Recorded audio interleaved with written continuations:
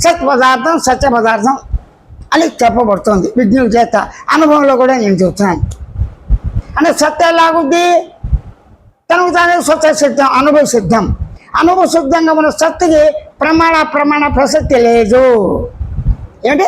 సత్ పదార్థం ఉండుట అంటే సత్. దేశకాల వస్తువులతో ఉన్నప్పటికీ లేనప్పటికీ ఈ సత్తు పరిపూర్ణంగా ఉన్నది. పరిపూర్ణం ఉన్న సత్తు ఎలాగుంది?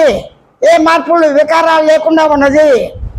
ఆ మార్పులు వికారం లేనటువంటి పదార్థాన్ని మార్పులు వికారంతో ఉన్నటువంటి దేహ పదార్థంతో కానీ, స్థూల పదార్థంతో కానీ, నిద్రాకాల మెరుకులతో కానీ, జ్ఞానేంద్రియ కర్మేంద్రియ ప్రాణేంద్రియాలతో కానీ, ప్రాణశక్తితో కానీ, వెలుతురు చక్రతో కానీ, సుఖ దుఃఖాలు రాగద్వేషాలతో కానీ పోర్చడానికి వీలు పడదు. ఈ లక్ష్యాలు సత్ పదార్థం ఉన్నది అగమ్య గోచరం అవ్యక్తంగా ఉన్నాయి కనుక సత్ పదార్థమే ఉన్నది.